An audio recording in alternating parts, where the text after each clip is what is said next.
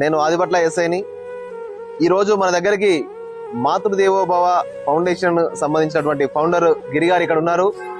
అయితే ఒక సంవత్సర క్రితము నాంపల్లిలో మతిస్థిమితం లేకుండా తిరుగుతున్నటువంటి ఒక వ్యక్తిని చేరదీసి అతని యొక్క ఆశ్రమంలో ఆశ్రయం కల్పించేసి అతని మళ్ళీ మామూలు వ్యక్తిగా చేసి అతని మతిస్థిమితం సంబంధించినటువంటి వైద్యం ఏదైతుందో ఆ వైద్య ఖర్చులన్నీ కూడా ఎర్రగడ్డ హాస్పిటల్ తీసుకెళ్లి భరించి అతన్ని ఒక మళ్ళీ పునర్జన్మనిచ్చేసి అతని మంచిగా అయిన తర్వాత ఇతనికి ఆధార్ కార్డు కూడా తీద్దామనేటువంటి ప్రయత్నంలో అమీర్పేట ఆధార్ సెంటర్కి వెళ్లి ఇతని యొక్క ఫింగర్ ప్రింట్స్ తీసుకున్నటువంటి తరుణంలో ఇతనికి ఆల్రెడీ ఆధార్ కార్డు కలిగి ఉండడం, ఇతని యొక్క స్వస్థలం వచ్చేసి ఛత్తీస్గఢ్ గా చెందినటువంటి నివాసిగా గుర్తించేసి ఇతని యొక్క పేరు కూడా ఆజీ అబ్రహం షాజీ అని చెప్పేసి మనకు తెలియడం జరిగింది.